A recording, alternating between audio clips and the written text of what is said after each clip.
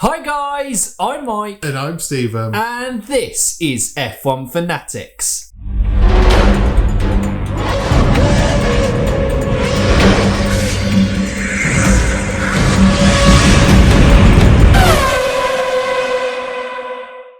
Welcome back to the channel, guys, and it is time for the F1 podcast because we are that arrogant to say that we are the F1 podcast out there. There aren't any others. No, I've had a look and I couldn't find a single one. No, absolutely not. No.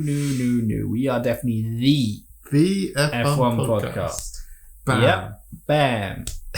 Okay, well, enough of that self-indulgence from us to start. Basically, we will round off like a general kind of F1 chit-chat for the week of all the action. There's obviously been a couple of, a big news story since the last time that we've been on the F1 podcast. So that we'll be covering at the end. And that is, of course, the news that Honda will be leaving F1 at the end of 2021. So we'll discuss, obviously, that big news, Red Bull's future, and everything going on there. We'll also talk about, I think, funny controversially as well, Fernando Alonso has been in the press again, so every time that Fernando Alonso's in the press, he no doubt puts his foot in something, which means that he calls outroar in the F1 community that want to see him burned at the stake. Or love him. Excellent. That's the two scales of Fernando. Yep. Either love him, like I do, or people want to see him perish in hell. Bam. I think it's probably the best There one. we go. Yep, there we go. And we're also going to start off with looking ahead to the weekend's extra action as we return to the Nurburgring. Good to be back. It's good to It's be a back. great track. What a Classic track. I think probably better than Hockenheim. Yep. I So- remember we did a track comparison. Maybe did. leave a link in the description. Hello, or think- maybe a card. I saw Did you do David. that? Did you No, do- I didn't. David. So I was just looking. David sent me a thing on Twitter going, "Still here, just looking for the cards above F1 Fanatics videos." There might be one day. Surprise! They're just going to appear one day, and we'll be like. But until now, we just stare at a vacant space. Yeah, I think I voted against it, but you voted for Nurburgring. I'm looking forward to it, though. Yeah, It's a great track. I am looking forward to it as well. And obviously, who's got experience there? Just Lewis and Kimi? I think it is just Sebastian Vettel as well. Sebastian? I believe potentially Roman Grosjean. My bad. But yeah, Not basically, many drivers. Yes, that's it. But anyway, looking ahead to the weekend's action, who's going to win the race? Lewis Hamilton? Okay, move on. Valtteri Bottas! Yes! The resurgence of the title fight.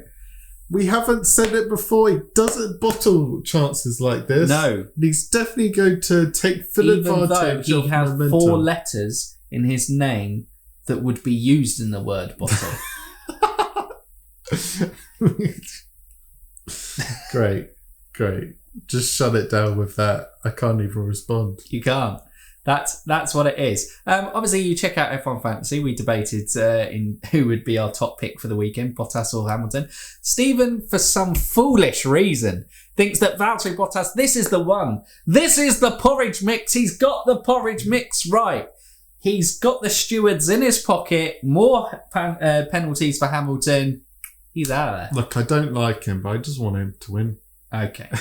just want something. You want him to have a Joseph Newgarden style resurgence in the season. When Scott Dixon had blitzed it, Newgarden's still there with a race to go. Yeah. Okay. Come on, Bottas. Potentially. Obviously, you can check out any IndyCar stuff on the Indy Fanatics YouTube Is that another channel. card? Shameless plug. Shameless plug. What plug? Shameless. But yeah, I think that's generally going to be the fight for the lead. Again, Max, I don't think it's got a chance other than, I suppose if it rains, which rumours of rain. Yeah. But we've had lots of rumours of rain this year and it just hasn't shown up. Probably not going to happen. So if we just keep being disappointed when it actually turns up, we'll be like, yeah. They probably rain in practice, which makes practice really boring because no one wants to use the tyres. And then it will be completely bone dry in qualifying and race. I mean, yeah, that's what's going to happen. So there you go. Make sure you don't hang around for practice. Looking forward to it. Woo! No, but the race should be good anyway, because like we said, how it's been. So we'll talk about the interesting element of the race, because the podium positions... Wait, before we get into the race, on practice, we're going to see Schumacher and... Callum Eilert, that's the one. That is exciting, actually. Very exciting. Two Ferrari Academy drivers getting their shot in practice. We're going to see a Schumacher on the grid in 2021. Yeah. Mick's getting that Alpha seat. Yeah. And will Eilert be getting that Haas seat? I think, well, obviously when we spoke about it, when Tinnis came onto the show to fill in, because you, part-timer, went on holiday, we spoke about that, and Callum Eilert makes the most sense for Haas, because Ferrari are a bit more invested in Robert Schwartzman, I believe, in terms of, so if Schwartzman went to Haas and did well, then I could see Ferrari going, we'll take him. Yeah. Where with Callum, I feel a bit like if he does well, Ferrari go, we've got Mick and Robert though. Yeah. So I feel like Haas could take him and he could be a Haas driver. Yeah. They could hold on to him for and get a big payout if they don't. Yeah. And he's more likely of him and Schwartzman to actually have a super license at the end of the season. No, well, Schwartzman already has a super license. Bam. But shut me down. I think Robert Schwartzman just needs an extra year in F2. Yeah. I think he consistently has not been there. Where he's faded, I don't think he said, pick me for F1. Where obviously at the start of the season, you could have gone, Robert deserves a step up. He's just faded in that second half. So Callum and Mick, if there's going to be any graduates from F2 next year, those are the two that need to be. And Haas and Alfa Romeo, the teams that they're doing free practice for, are probably the ones that they should be going for. Yeah. There you go. Practice. Lovely. On to the race. Yes. Because qualifying, it's be Pole Lewis Hamilton. Yep. Okay. That's sorted. Let's talk about the interesting stuff, because let's presume normal, there could be, in fairness, 2020's thrown up some crazy races where we go, it's going to be Lewis, Bottas, Max, sorry, Bottle. See, got confused, the letters, they just come together. But, okay, we're going to assume on a normal race where everything goes to plan, those three will be the top three. In some sort of... It's always those three. Okay. But if that doesn't go to plan... We got the midfield. I have no idea who's going to come out on top of Renault, McLaren, and make some. No. And even Alpha Tauri. Gasly could be in there. We haven't been here for a while. The drivers haven't been here in that midfield. It's just who can pick up the track quickly enough. Well, we've seen with Mugello how drivers have adapted, and Renault obviously did very well. In the wall. Well, that's how they adapted, wasn't it? We had 2 big crashes. Great. That's how they adapted. You were saying, we've seen how the drivers adapted. A few of them were in the wall, weren't they? Yeah. That was that. So, okay, sorry. How they adapted. Daniel Ricciardo, yes, obviously he did well. Renault looks very good as a team. Will Alex Albon do well this weekend? Probably not. Racing Point, though, are looking a bit resurgent after dropping off. They've had 3 pretty good races. Well, 2 pretty good races in Mugello, and then strong P5 for Checo, and then a strong P4 in Sochi. Racing Point, that car's looking good, and that's without the upgrades. To think what Lance Stroll could do if he finishes the race. And the important thing is, if it does rain, we'll bring it into the conversation. I think Ricciardo and Stroll are the best wet weather drivers out of those 6 from those teams. So I could see it then being a fight between Stroll and Ricciardo, because Stroll always manages to stay out of trouble. So if you can stay out of trouble naturally in rain-affected races, you end up in a pretty good spot. And Ricciardo just is the best driver out of the 6 of them. Yeah. So he's probably going to do quite well. Yeah. I think Ricciardo will probably top it. I think Renault will come out. He's just looking very strong this year. And McLaren, well, every time we go, they're looking a bit down. Clearly, not as good as Renault. They just pop up with an incredible result. So we probably can't write off McLaren this weekend, but nope. Going on form, they're the bottom out of that Racing Point Renault McLaren pack. And Pierre Gasly will win. Yes, Pierre Gasly, of course, the race winner. But I think Pierre Gasly genuinely could be in the mix between those. He could be somewhere in the mix between those 6. I guess. Maybe. He's been one of the standout drivers of the season, and he's proven time and time again he's outperforming that AlphaTauri car. Yeah. So I think you couldn't rule him out. If it's a wet race, then yeah. Okay. I think if it's a dry race, then I think he'll struggle purely on car performance. Okay. Cool. So I suppose that moves us down into the Ferrari Powered Championship. Yep. Between Ferrari, Alfa and Haas. Yep. Haas still look awful. They'll be last. There'll just be a straight fight between Alfa and Ferrari. Leclerc, great result in Sochi, but obviously this isn't Sochi. I'm guessing that Ferrari's going to struggle just as much. Love that. Did well in Sochi, but this is not Sochi. I reckon it's a win for Kimi Raikkonen. Okay. Wow. Big. Leclerc, Vettel both make the podium, but Kimi wins. Okay. Nice. Like to see Kimi Raikkonen. He's still fighting hard for that Ferrari Power Championship. Yeah. Lost out to Leclerc the last race. Yeah, Gio, no idea what could do. Could actually beat the Ferrari onto the podium. Okay, Gio crashes. Yeah. There you go. Heard it here first. If you want your kind of F1 play predictions, Giovinazzi crashed out first. There you go. Look, he struggles not to crash in tracks he knows. Like, how is he not going to crash in a track he doesn't know? That's true. You make good points. Look, I'm being very brutal. Look, we've already said it. Giovinazzi is on his farewell tour for an F1 career. And he's got to get those photos for the photo album. Yeah, exactly. Same memory going, do you remember when we went to the Nurburgring? Oh, yeah, Gio. And I did like that somersault in the air and explosions. Whoa, that's out of hand. Jesus. And is it best to say the least said about Williams, the better? Yes. I think the standout from their weekend will be Saturday. Yeah, I said Haas was awful, but Williams is on another level, on another planet. After early going in 2020 going, yeah. They got closer, and I think they have still improved, but everyone else has just improved more now. Maybe they'll nick something amongst those Ferrari cars. Okay. Nick a position. Okay, well. Yeah. Oh, okay. Okay. Okay. Yeah, okay. Oh, Williams. Hopefully, door lifting capital investment will mean that in 2022, they're at least respectably fighting in points positions.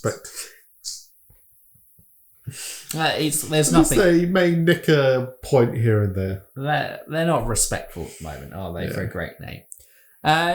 But yeah, I guess that rounds up the race. It should be good. I'm looking forward to Nurburgring. I saw Moto Meerkat did like a poll on Twitter, and he was like going, "How are we feeling about the race?" Like going, "Do you think it's going to be a good one?" Hell yeah, might be okay, and not a chance. And someone voted for not. How pessimistic do you have to be for a Formula One race? Nope. It's going to be awful. It's like, well, we haven't been here in a while. Look at 2010. There's been so many unpredictable races. I can go for it's okay to hell yeah. That and maybe like something in between again. There'd be some good points. But to go not a chance, well, I fear for you. Maybe it was a misclick. We can hope. We can pray. We can pray for that individual. We'll move on. Next topic. Fernando. Oh, his new Amazon Prime series has come out, obviously, that we've been watching. Very good, actually. He does spend most of the time speaking in Spanish, so be prepared to read subtitles. But it is a good insight into his one, and all those people who say that he's a horrible individual. I think it's a better eye-opener to what Fernando is. But, you know, the comments will be like, it's a documentary made by him, so of course it's going to show his good sides. Yeah. But We've got through the tough episode of the 2019 Indy 500. Oof. Knocked out on bump day. Eesh. Shocking. Inexperienced team, let him down. At least he made the race this year. But anyway, he was talking and he was like, I rate myself 9 and still one of the top drivers on the grid.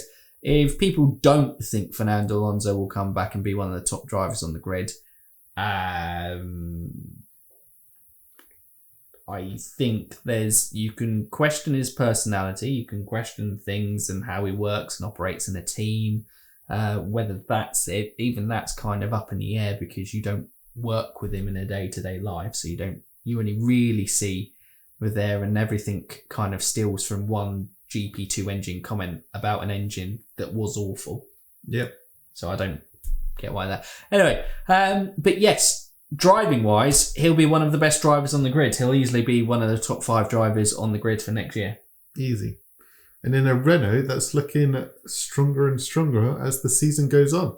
Yeah. I know next season they won't be able to change too much, but they're still going to bring upgrades. It's still going to be competitive. It's still maybe trying to nick a few podiums here and there. He'll compete at the top. But I saw some things like 10 in humbleness, 10 in moaning and stuff like that. Like, all right, Fernando. It's always going to cause controversy, I think, on that. And then, of course, he had to put his foot in it with more because he said, and we're going to throw this as a question, interaction time in the comments with you guys. Right, so he said that Schumacher was harder to beat than Lewis Hamilton. Bam. We won't go agree or disagree because that's F1 debate shows thing. That's. I'm going to ask you the question, though. You know, who do you think is better, Schumacher or Hamilton? I'm going to go for the easy cop-out and go, it's tough to compare the two. All right. Wow, okay. That was boring. I know Fernando said in his comments, he was like, Lewis got beaten by Jensen at McLaren and got beaten by Rosberg at Mercedes. I know it was only like one season for both of them. But then he was like, Schumacher didn't do that. Schumacher always came out on top of the team. So yeah, when he puts it like that, you go, okay. You would. But I will actually... You're going to mock Rubens Barrichello and Ferrari team orders right now. I will actually, I'm going to combat that.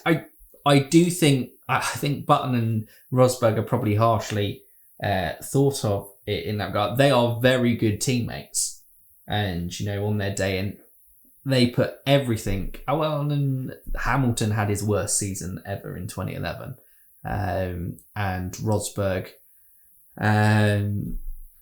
Well, technically Schumacher was beaten by Eddie Irvine in 1999, but he did have a broken leg. So swings and roundabouts, but I would say I think Johnny Herbert he had at Benetton, Martin Brundle, Eddie Irvine, Ferrari, Rubens Barrichello, and he lost to Nico Rosberg on his return to the sport when he was in Mercedes. Admittedly, he beat Felipe Massa in 2006. Massa's good. I would say that Lewis Hamilton has had a higher caliber of teammate. In that argument. Not in recent years. No. I'm not going to call out any names. Not in the last 4 years with a name beginning with B. And what is similar to Bottle. As we've realised in this podcast. I feel sorry for Bottas. He's a good driver, but he's just not elite tier, and so he can't bring it to a thing. And so when everybody else fails, his weaknesses get exposed so much more. But I say Schumacher's the best just because there was just something. Ferrari are the biggest underachievers in the sport. And to have everything go your way and drive Ferrari forward, I think that's more impressive than what Lewis did at Mercedes. And so that's what edges it. Yeah, probably. Is that Ferrari, winning it with Ferrari, it's more special than Mercedes.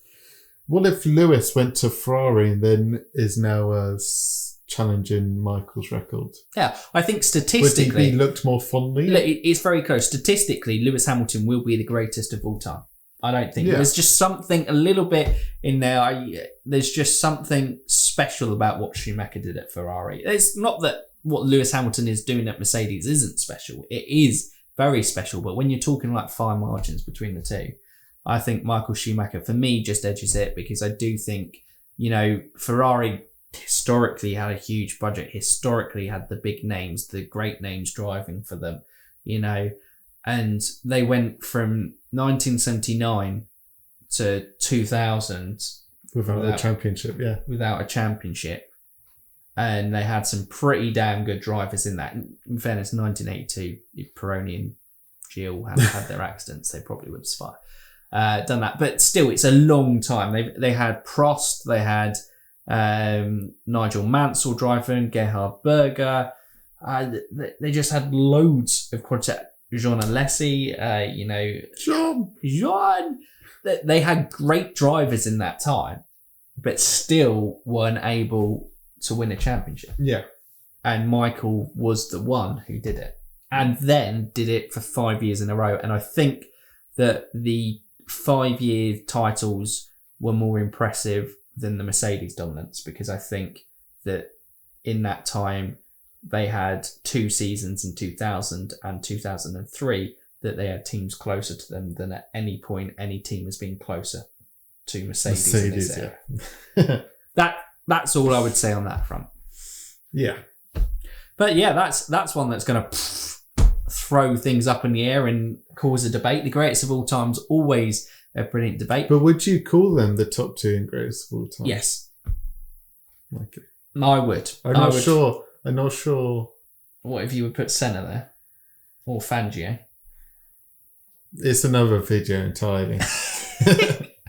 We actually did do a video on it with Ash. We talked about we put our top 5 of all time. There you go. You can check that out. Is that going to be another card? Whoa, maybe. Who knows? Yeah. Surprise. But yes, right. Let's end the podcast with the big news. The big news. And that is the bombshell that Honda dropped at the back end of last week, wasn't it? It was just before the weekend started, yes. I think. That they will not be participating in Formula One from 2021 onwards. So, goodbye Max Verstappen at Red Bull, goodbye Red Bull's title challenges, and hello more dominance from Mercedes.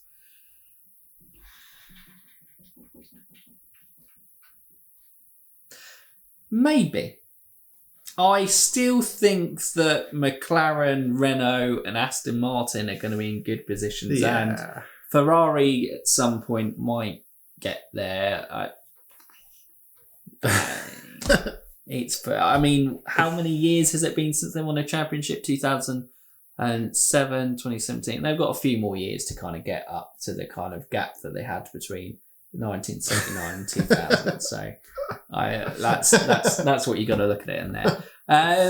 But Red Bull, we've said their driver decisions and kind of going forward with Alex Albon hasn't necessarily worked.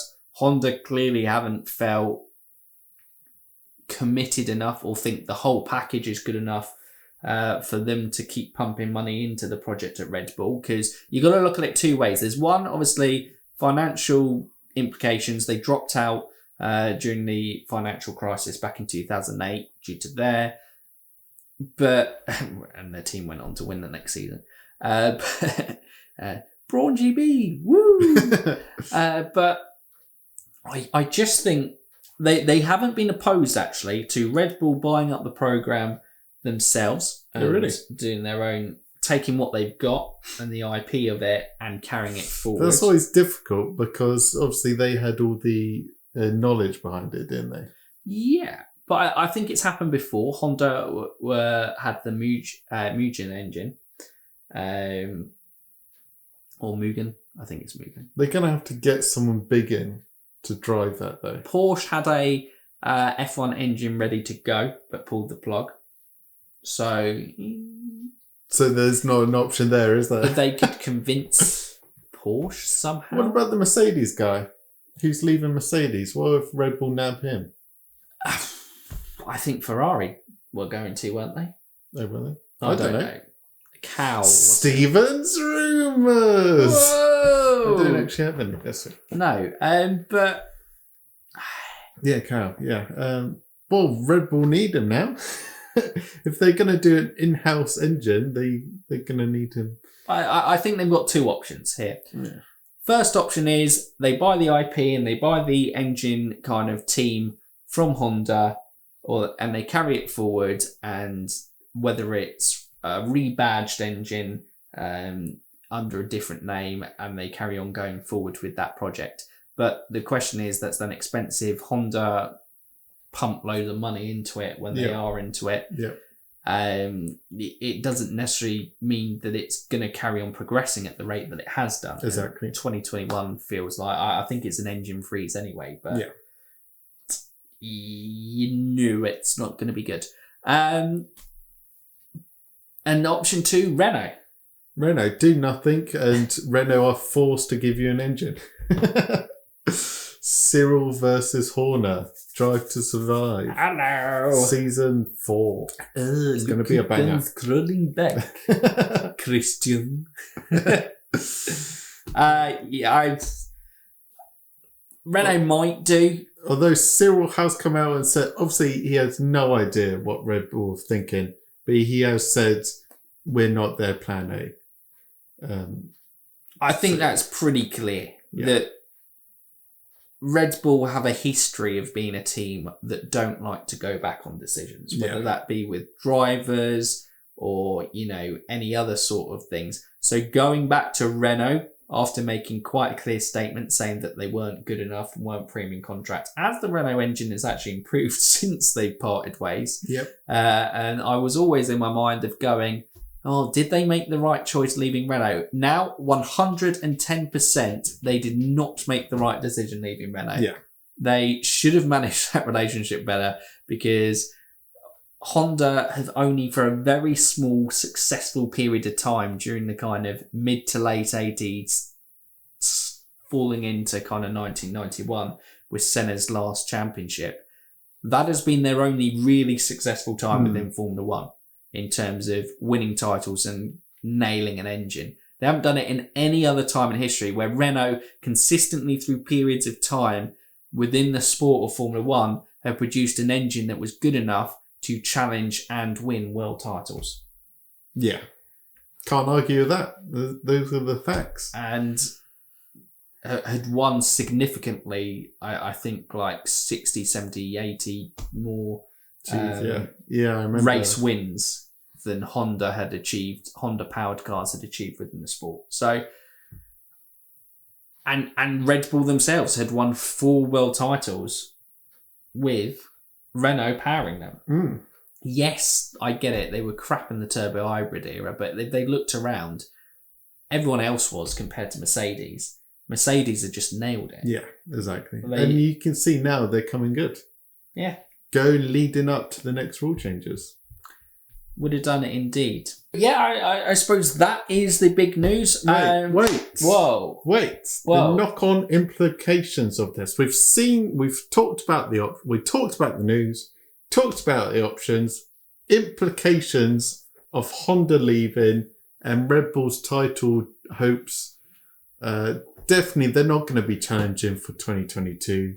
I know they may buy the IP rights or whatever, but they're not going to be challenging. It's going to be another development season. Max Verstappen, what does he do? I think this is Red Bull's decline into midfield team. That's what I thought, and I think Max Verstappen will leave. Yeah. So, which means even more likely they'll be able to, they'll want to keep Alexander Albon on board, because he's consistent, he is improving, and if they do fall that level, they've had a guy who knows the team inside out and would, if his development feedback, like they said, is good, he would go from there. But I think Max Verstappen's going to go. I don't know where yet. I think he will have a look. Hoping that Lewis retires. Well, people would go, George Russell set for that seat for 2022. I'm not being funny. If Max was available, who would... George Russell, I do really rate. Yeah. But Max is the real deal. Yeah. Max is the generational He's the talent. second best driver on the grid at the moment. Yeah, like you would be stupid to turn it down. And it's not going to be like, well, he doesn't really fit Mercedes PR kind of thing. Max is so good in front of the camera now. Maybe early years Max might not have done, but he is, he always nails the kind of sponsorship. He's clean, he's responsive. He doesn't really have a go at the team.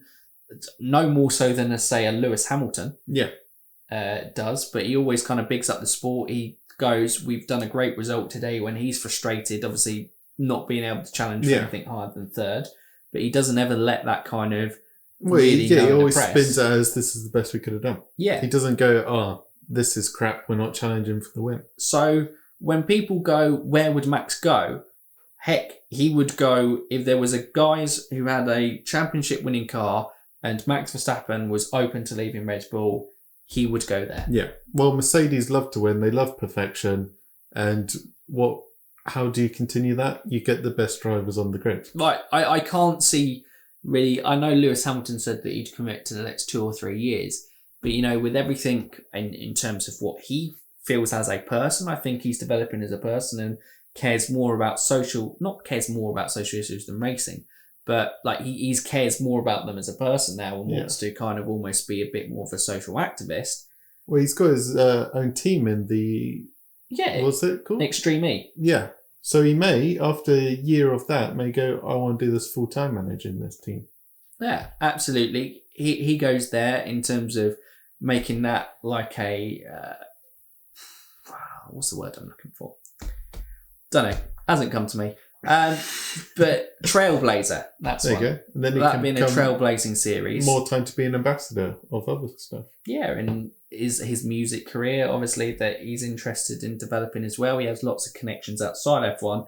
If he gets 8 titles, it's going to be very, very difficult for anyone to ever capitalise that, because if the rules come into place how they should do with budget caps, it should be incredibly difficult for anyone to dominate. One team, to dominate. And even if a driver bounces around, I still think it'll be incredibly difficult, because you see periods of dominance Schumacher did it all at Ferrari, pretty much.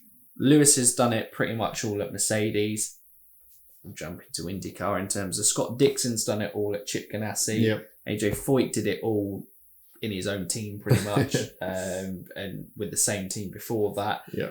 It's periods. Fangio's the only real one, but that was F1 back in the 1950s. Yeah. I'm not sure we're going to go back to that sort of level of competition. So I think he would be like, my record's safe. I would have won all the major big records by that stage. He would have surpassed Schumacher's wins. Clearly the most poles. He probably would have got 100 poles by that stage, maybe. Probably. He's not far off. Isn't he like 95, 96? Yeah, and maybe 100 wins. I'm not sure. But, that may be the only thing that kind of keeps him in it for one more season. But, yeah, he could quite easily walk away. But even if he doesn't, Mercedes will go, heck, let's get Max Verstappen and Lewis Hamilton and go back ourselves to build the best car. There we go. Yeah, I think that's probably the end of... Oh, wait. Sorry. So you keep trying to shut it down. I want us to go. I want to leave. I've got more implications. Adrian Newey. I guess we've said Red Bull going to possibly start declining into midfield. Adrian Newey lost interest in the Red Bull project, what was it, last year or 2 years ago? Yeah. Because the car wasn't competitive. Yep. Does he switch off again? Because he's not an idiot. He's going to know they're not going to be competitive for the next couple... Well, next year they're going to be second team again, but after that... So do you think Adrian Newey's going to be a free agent again? Oh, possibly. Maybe moving on to someone like Aston Martin? Possibly. Going back to McLaren? I can see him leaving. Surely he won't stick around. I feel like Red Bull need a change, though, as well. Do you not? Because they've had pretty much the same team. A few kind of changes here or there in terms of staff, but the main key figureheads that you talk about, pretty much since Adrian Newey joined, has been the same. Yeah. Fair enough. Get rid of him. No. Don't let him walk out the door. Push him out that door. But, sometimes... Get rid of him, get rid of Christian, get rid of Max, get rid of the lot of them. Sometimes you do need fresh ideas, though, because, obviously, we're both Arsenal fans. Yeah. Using a football example. Okay. Arsene Wenger stayed too long. Yeah. He became stale, the ideas went, and then, it didn't mean that he was a bad manager. It doesn't mean that Adrian Newey or Christian Horner are bad ones there. It just feels like they've been in the same place for too long. Get comfortable. They need a kind of change of environment. Adapt to new rules with new ideas, new faces. Exactly. There we go. There we go. That's what we said. Red Bull need a change up. Yeah. That's probably a bombshell to kind of end on. Yeah, there we go. God, is that trademarked by Top Gear? I don't know. Oh. And on that bombshell... Oh, no, don't do it. Don't do it. Wait. Don't do it. And not on that bombshell. Yes. There we go. There we go. Adding not is all the key difference. Please don't try. Obviously, Top Gear was back on Sunday. That was good. Catch up with that. But yes, that's it from us today, guys. So comment down below with your thoughts on all the things discussed in today's podcast. We hope you have enjoyed it. And if you're new around here, well, you haven't done so already while watching this, what can they do, Stephen? You can like, subscribe, and ding that bell. Ding that bell. So for now, UF1 fans, keep racing.